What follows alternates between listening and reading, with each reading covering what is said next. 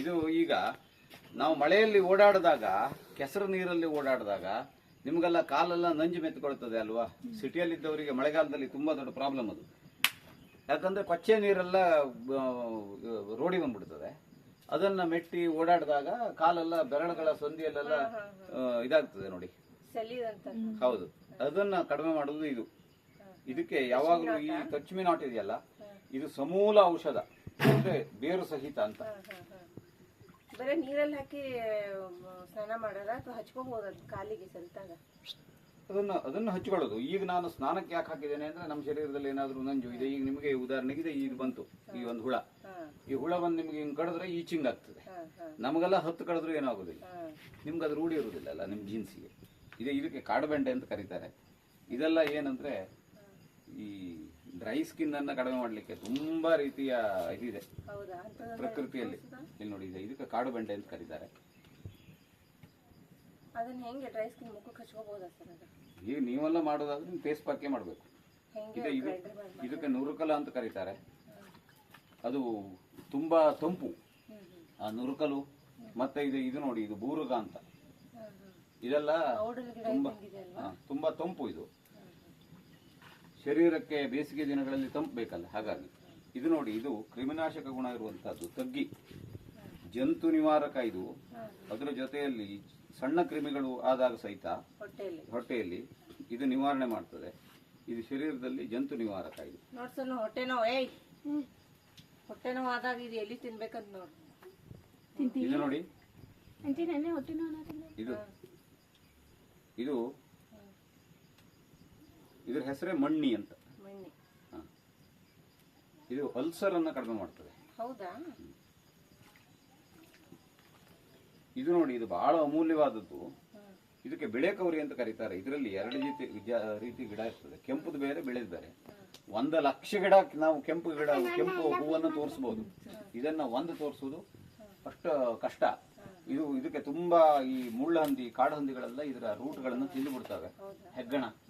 ಹಾಗಾಗಿ ಇದನ್ನ ನೆಟ್ಟು ಬೆಳೆಸಲಿಕ್ಕೂ ಬರುವುದಿಲ್ಲ. ಪ್ರಕೃತಿಯಲ್ಲಿ ತಾನಾಗಿ ಬೆಳೀತದೆ, ತಾನಾಗಿ ನಾಶ ಆಗ್ತದೆ.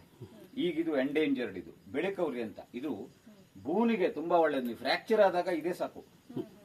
ಸರಿಯಾಗಿ ನೀವು ಪ್ಲಾಸ್ಟರ್ನ ಸರಿ ಹಾಕೊಂಡು ಬೇರೆ ಏನು ತಿನ್ಬೇಕಾಗಿಲ್ಲ. ಕೋಳಿ ಮೊಟ್ಟೆ ಇದು ಮತ್ತು ತೆಂಗಿನ ಸುಳಿ 3 ಕಲಸಿ ಚಿಕ್ಕ ಉಂಡೆ ಮಾಡಿ ನುಂಗಿದ್ರೆ ಆಯ್ತು. 3 ದಿವಸ ಸಾಕು. ಇದು ಕೌರಿ ಅಂತ, ಬೆಳೆಕೌರಿ ಅಂತ ಅದ್ರ ಹೆಸರು. ಇದು ನೋಡಿ, ಈಗ ಸರಿಗೆ ಅವರು ಮೀಡಿಯಾದವರು, ಅವರಿಗೊಂದು ಲ್ಯಾಪ್ಟಾಪು, ಆ ನ್ಯೂಸ್ಗಳನ್ನು ಏನು ಮಾಡಲಿಕ್ಕೆ ಅವ್ರಿಗೆ ಬೇಕು ಅಲ್ವಾ. ಡಾಕ್ಟರ್ಗೆ ಟೆಥಾಸ್ಕೋಪ್ ಬೇಕು. ಬೇರೆ ಬೇರೆ ವೃತ್ತಿಯವರಿಗೆ ಅದು ಅವ್ರದ್ದೇ ಆದಂಥ ಒಂದು ಇದು ಬೇಕು, ಇನ್ಸ್ಟ್ರೂಮೆಂಟ್ಸ್ ಬೇಕು. ಆಯುರ್ವೇದ ಪಂಡಿತರಿಗೆ ಬೇಕಾಗೋದು ಇದು. ಇದಕ್ಕೆ ಅಣಲೆ ಅಂತ ಕರೀತಾರೆ. ಅದ್ರ ಕಾಯಿ ಇದ್ರೆ ಸಾಕು ಅವರಿಗೆ. ಸರ್ವರೋಗ ನಿವಾರಕ ಅದು, ಆ ಅಣಲೆಕಾಯಿ. ಅವರಿಗೆ ಇದೇ ಸಾಕು. ಯಾರ ಹತ್ರ ಅಣಲೆಕಾಯಿ ಇಲ್ವೋ ಅವನು ಪಂಡಿತನೇ ಅಲ್ಲ. ಇದಕ್ಕೆ ಗುರು ಅಂತ ಕರೀತಾರೆ, ಗುರುವಾ ಅಂತ ಕರೀತಾರೆ. ಇಲ್ಲಿ ಈಗಾಗಲೇ ಹಾಕಿದೆ ನಾನು ನುರುಕಲು. ಇದು ನೋಡಿ, ತುಳಸಿಯಲ್ಲಿ ತುಂಬಾ ರೀತಿ ತುಳಸಿ ಇದೆ. ಇದು ರಾಮ ತುಳಸಿ. ಇದು ಸ್ಮೆಲ್ ಒಂದು ತಗೊಳ್ಳಿ. ಇದು ನೋಡಿ, ನಾಗಸಂಪಿಗೆ ಕೇಳಿದ್ದೀರಾ? ಅದು ಕೆಲವು ಕಡೆ ನೆಟ್ಟು ಬೆಳೆಸಬೇಕು, ನಮ್ಮಲ್ಲಿ ಇದು ವೈಲ್ಡ್ ಕಾಡು ಸಂಪಿಗೆ, ಕಾಡಲ್ಲೇ ಇದೆ. ಇದಕ್ಕೆ ಚಿಲಿಗೆ ಅಂತ ಕರೀತಾರೆ. ಇದು ತುಂಬಾ ತಂಪು ಕೊಡುವಂತ ಸಸ್ಯ. ಇದಕ್ಕೊಂದು ಹೂ ಆಗ್ತದೆ. ಶಿವರಾತ್ರಿಗೆ ಈಶ್ವರನಿಗೆ ಅದನ್ನ ಎಲ್ಲರೂ ಬೇರೆ ಏನನ್ನೂ ಆವತ್ತು ಈಶ್ವರನಿಗೆ ಅರ್ಪಣೆ ಮಾಡದಿದ್ರು ಇದ್ರ ಹೂವನ್ನು ಅರ್ಪಣೆ ಮಾಡುದು. ಅದು ಚಿಲಗೆ ಅಂತ ಕರೀತಾರೆ. ಇದು ನೋಡಿ, ಪ್ರಕೃತಿಯಲ್ಲಿ ಈ ಗಿಡ ನೋಡಿದ್ರೆ, ಈಗ ಯಾರಾದ್ರೂ ನೀರು ನೋಡೋ ಜಲವನ್ನ ಕಂಡುಹಿಡಿಯೋರು ಇರ್ತಾರಲ್ಲ, ಜಲ ಕಂಡುಹಿಡಿಯೋರು ಬಂದ್ರೆ ಬೇರೆ ಬೇರೆ ಪ್ರದೇಶದಲ್ಲಿ ಬೇರೆ ಬೇರೆ ಗಿಡ ಇರ್ತದೆ, ಅದನ್ನು ಗುರುತಿಸಿ ಹೇಳ್ತಾರೆ. ನಮ್ಮಲ್ಲಿ ಮಾತ್ರ ಮಲೆನಾಡು ಭಾಗದಲ್ಲಿ ಇದಕ್ಕೆ ನೆಕ್ಕರಕ ಅಂತ ಇದ್ರ ಹೆಸರು. ನೆಕ್ಕರಕ. ಈ ನೆಕ್ಕರಕ ಎಲ್ಲಿದೆಯೋ 10 ಅಡಿಯಲ್ಲಿ ನೀರು ಇರಬೇಕು. ಈಗ ಸರ್ಫೇಸ್ ವಾಟರ್ ಇದೆಯಲ್ಲ, 10 ಅಡಿಗೆ ಬರಬೇಕು. ಈ ಗಿಡ ಇದೆ ಅಂದ್ರೆ ಅದು ಎಲ್ಲೇ ಬೆಳೀಲಿ, ಅಲ್ಲಿದೆ ಅಂತ ಅರ್ಥ. ಇದು ನೆಕ್ಕರಕ ಜಲತತ್ವವನ್ನು ಹೇಳ್ತದೆ ಭೂಮಿಯಲ್ಲಿ. ಈಗ ಇವರಿಗೆ